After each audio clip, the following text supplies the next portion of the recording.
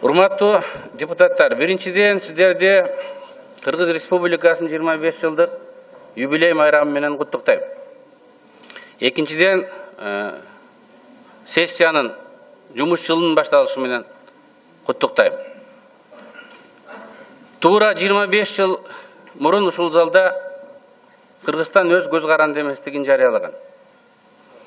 Кылымга тете күн болот деп Чыңгыз Айтматов айткан сөздүн маанисин мен азыр толугу менен түшүнүп отурам. Мен ушул залда 90-жылы Кыргызстан өз алдынча мамлекет болуш керек дегенде зал каткырып күлгөн. Мени тентек, акылдан адашкан адамдай болуп караган. Чыныбай Акунуштун ордунда отурган төрага бир өлкөдө бир эле президент болот, Москвада биздин Горбачев деген президентибиз бар деп каткырып күлүшкөн. Коомдук пикир, ошонун ичинде кыргыз элитасынын пикири көз каранды эместикке даяр эмес эле. Бирок бир жылдан кийин Кыргызстан элитасы ушул жерде легенда, сиздердин ордуңузда легендарлуу парламенттин депутаттары отурган. Көз каранды эместикти 31 август күнү жарыялаган. Орта Азияда Кыргызстан биринчи болуп көз карандылыгын жарыялады. Мен ошону баса белгилегим келет. Бир күн орусча айтканда имел значение. Анткени биз эле эмес, коңуш өлкөлөр дагы коркуп турган. Кантип эле казак, кантип эле өзү көз каранды мамлекет курат. Кантип эле өзүбүздүн армиябыз болот. Ким менен каяка барып эмне деп сүйлөшөбүздү билбей турган. Ошондо бирөө биринчи чыгып, жок биз эл болобуз. Биз түндүк көтөрөбүз, желек көтөрөбүз деп айтканга бышып жетилген. Ушул жерде легендарлуу адамдар отурган. Легендарлуу парламент 91 жылы 31 августта көз каранды эместик жарыялады. Өзбекстанда 1 сентябрь, Түркменстанда 27 октябрь, Тажикстанда 9 сентябрь, ал эми Казакстанда 16 декабрь. Бир күн мааниге болгон. Анткени бир күн кылымга тете күндөр болгон. Ошондуктан бул жерде мен ушуну эстеп атканым, мына ушундай легендарлуу ушундай чечимдер кабыл алынган. Ошондон бери 25 жыл өтүптүр. Бир күн кылымга тете болсо, бул чейрек кылым. Бул да кылымга тете жылдар болду. Биз өз мамлекет катары түптөлдүк. Мына кече ушул 25 жылдык майрамыбызды белгиледик. Мен жана жогорку кеңешке шуну киргизгенде, биз 25 жылдык тарыхыбызды карап жыйынтык чыгарышыбыз керек, сабак алышыбыз керек. Кандай ийгиликтер болду, даңазалашыбыз керек. Кандай кемчиликтер болду айтып туруп, жолун көргөзүп, мындан 25 жылга ушул залга келип олтура турган жаңы муун биздин балдарыбызга керезибизди саясий калтырышыбыз керек. Моолар кайталанбасын. Моундай жолдон айланып өтөйлүк.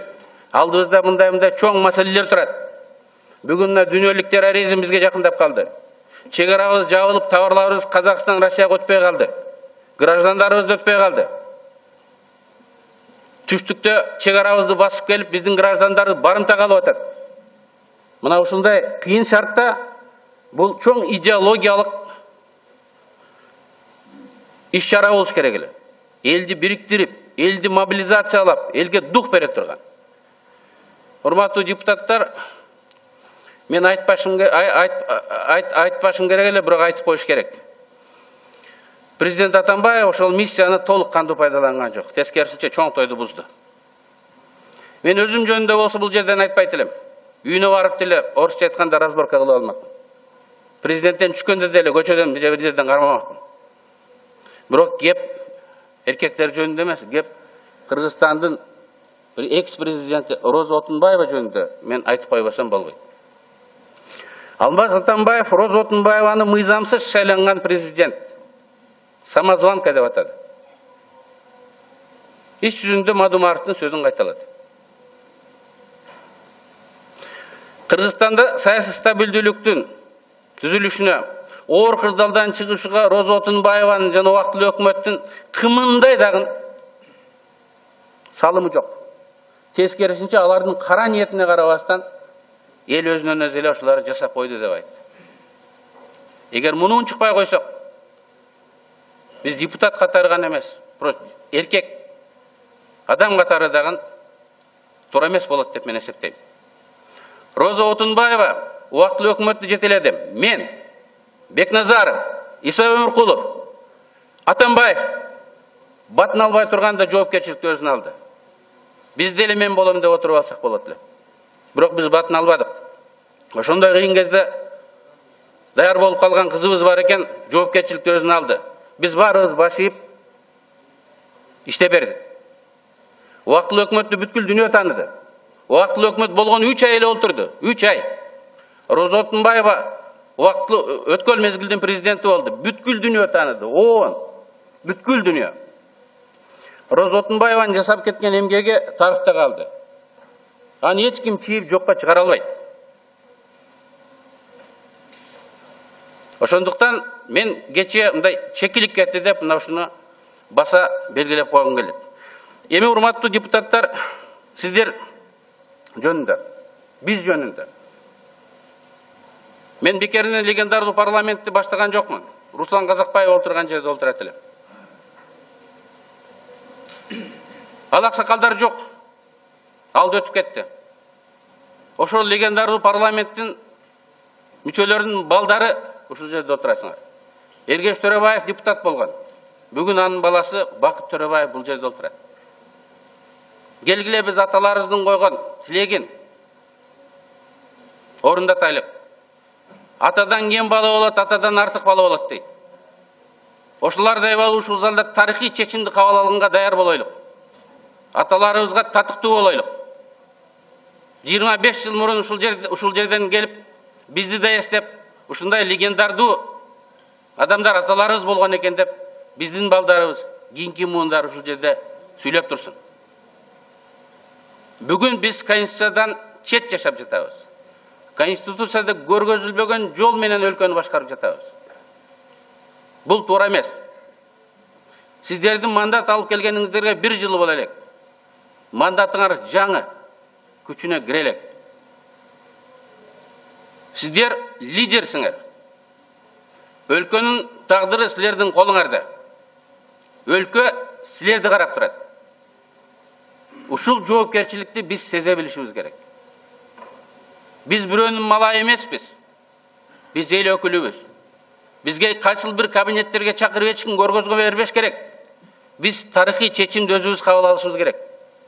Анткени кыргыз элинин ишене турган силерден башка эч нерсеси жок. Бизден жогору жакта Кудай гана. Ошон үчүн бизди жогорку кеңеш дейт. Башка кеңеше турган, башка таяна турган таянары Кыргызстандыкы жок. Биз ушуну ачык жана так билишибиз керек. Мен сөздөрүмдө айтам, 6 фракциянын лидери бар. Өлкөнүн келечеги силердин колуңарда деп. Бүгүн да өлкөнү өнүгүүсүн, өлкөнү башкаруу конституциялык нукка бурганга ушул залда олтургандардын мүмкүнчүлүгү бар. 6 фракциянын лидери. 120 депутат. Биз эмне деп шылдыңдабасын, эмне деп келекелебесин, бизден башка кыргыздын карманары жок. Азыр каргаса да, жамандаса да жогорку кеңешти жамандайт, каргайт. Анткени өзүбүз ошого жол берип атабыз. Өзүбүздү ошондой мамиле кылгандай жүрүм-турум менен жетелеме болуп атабыз. Качан адамды сыйлайт? Поступок болуш керек. Жоопкерчиликти ала билиш керек. Мына ошондой эл бизге татыктуу мамиле кылат. Ошондо уялбастан бул биздин өкүлүм, бул биздин жетекчилерибиз, жол башчыларыбыз деп бизди сыйлайт. Болбосо бүгүн парламенттин деңгээли мынчалык төмөнгө түшкөн эмес. Эч бир президенттин, өкмөттүн аппарат кызматкерлери бизди чакырып көрсөтмө бергендей болбош керек. Биз тескерисинче ушул трибунага коюп алалардын отчетун угушубуз керек. Ушул жерден баа беришибиз керек. Жаман иштесе кызматтан алып, элдин алдында бааны, тарыхый бааны беришибиз керек. Мен ачык кайрылгым келет. Биздин колдо өлкөнүн тагдырын буруш. Конституция менен жашоого буруш биздин колубузда. Конституцияда бул каралган. Өкмөттү президентти катыштырбастан парламент түзгөнгө укугу бар. Эгерде президент өзүнүн айланасындагылардан кутулбаса, мен официалдуу жарыялайм. Президент өзү эмес, анын айланандагылар башкарып атат. Мына мен могул жерде эски боевой жолдошторду көрүп отурам. Кыйынчылыктарда чогуу жүргөн. СДПК партиясын силер башкарбай калдыңар. Бакиевдин, Акаевдин жанында жүргөн, СДПКнын жытында да болбогон Фариттер Исак Сапарлар жана башкалар башкарып отурат. СДПК мен үчүн жат партия эмес. Бирибиз үчүн камалганбыз, өлкө үчүн күрөшкөнбүз. Ошол тарыхыбызды сыйлап, өлкөнү сактап тура жолго бурайлык. Биз Конституцияда Алмаз Атамбаев Роза Отунбаеваны мыйзамсыз шайланган президент, самозванка деп атады. Иш жүзүндө Мадумаровдун сөзүн кайталады. Кыргызстанда саясий стабилдүүлүктүн түзүлүшүнө, оор кырдаалдан чыгышыга Роза Отунбаеванын жана убактылуу өкмөттүн кымындай дагы салымы жок. Тескерисинче алардын кара ниетине карабастан эл өзүнөн өзү эле ошолорду жасап койду деп айтты. Эгер мунун чыкпай койсок, биз депутат катары гана эмес, эркек адам катары дагы туура эмес болот деп мен эсептейм. Роза Отунбаева убактылуу өкмөттү жетеледи. Мен, Бекназаров, Иса Өмүркулов, Атамбаев батын албай турганда жоопкерчиликти өзүнө алды. Биз деле мен болом деп отуруп алсак болот эле. Бирок биз батын албадык. Ошондой кыйын кезде даяр болуп калган кызыбыз бар экен, жоопкерчиликти өзүнө алды. Биз баарыбыз баш ийип иштеп бердик. Убактылуу өкмөттү бүткүл дүйнө тааныды. Убактылуу өкмөт болгон 3 ай эле олтурду. 3 ай. Роза Отунбаева убактылуу өткөн мезгилдин президенти болду. Бүткүл дүйнө тааныды. Бүткүл дүйнө. Роза Отунбаеваны жасап кеткен эми жыйынтык чыгарышыбыз керек, сабак алышыбыз керек. Кандай ийгиликтер болду, даңазалашыбыз керек. Кандай кемчиликтер болду айтып туруп, жолун көргөзүп, мындан 25 жылга ушул залга келип олтура турган жаңы муун биздин балдарыбызга керезибизди саясий калтырышыбыз керек. Моолар кайталанбасын. Моундай жолдон айланып өтөйлүк. Алдыбызда мындай чоң маселелер турат. Бүгүн мына дүйнөлүк терроризм бизге жакындап калды. Чек арабыз жабылып, товарларыбыз Казакстан, Россияга өтпөй калды. Граждандарыбыз өтпөй калды. Түштүктө чек арабызды басып келип, биздин граждандарыбыз барымта калып атат. Мына ушундай кыйын шартта бул чоң идеологиялык иш-чара болуш керек эле. Элди бириктирип, элди мобилизациялап, элге дух бере турган.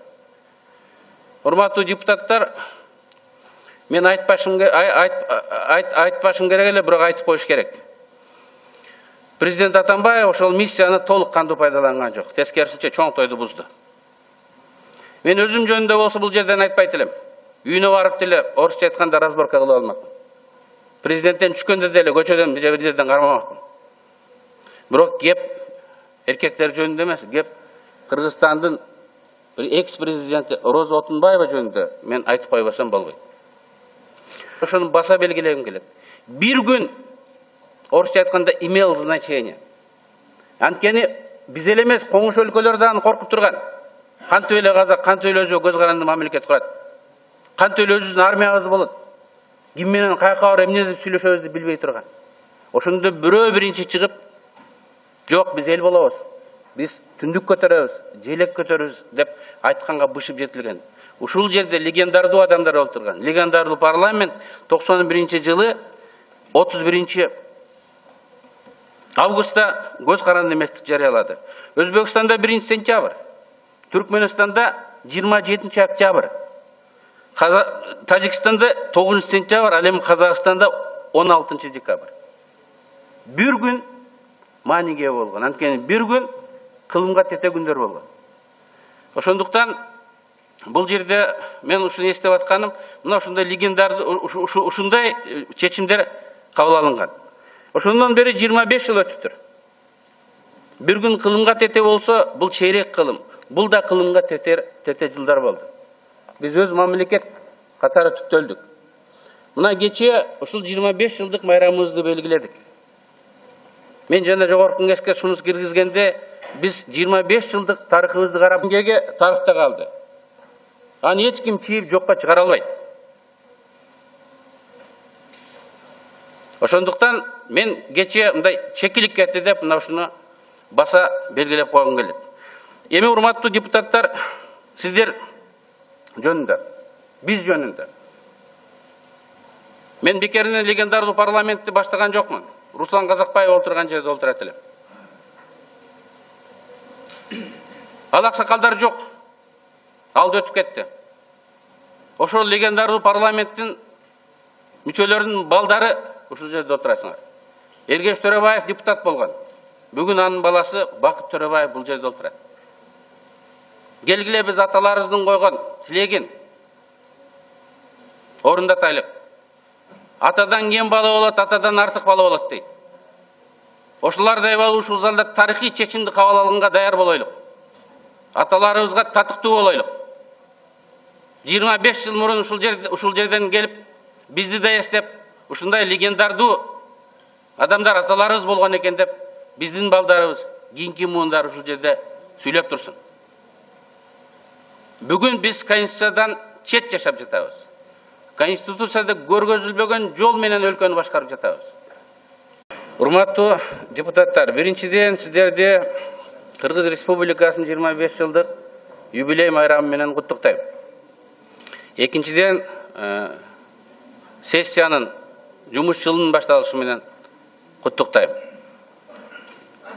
Туура 25 жыл мурун ушул залда Кыргызстан өз көз каранды эместигин жарыялаган. Кылымга тете күн болот деп Чыңгыз Айтматов айткан сөздүн маанисин мен азыр толугу менен түшүнүп отурам. Мен ушул залда 90-жылы Кыргызстан өз алдынча мамлекет болуш керек дегенде зал каткырып күлгөн. Мени тентек, акылдан адашкан адамдай болуп караган.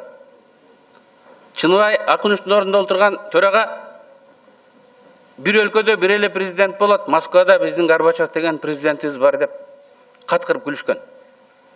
Коомдук пикир, ошонун ичинде кыргыз элитасынын пикири көз каранды эместикке даяр эмес эле. Бирок бир жылдан кийин Кыргызстан элитасы ушул жерде легенда, сиздердин ордуңузда легендарлуу парламенттин депутаттары отурган. Көз каранды эместикти 31 август күнү жарыялаган. Орта Азияда Кыргызстан биринчи болуп көз карандылыгын жарыялады.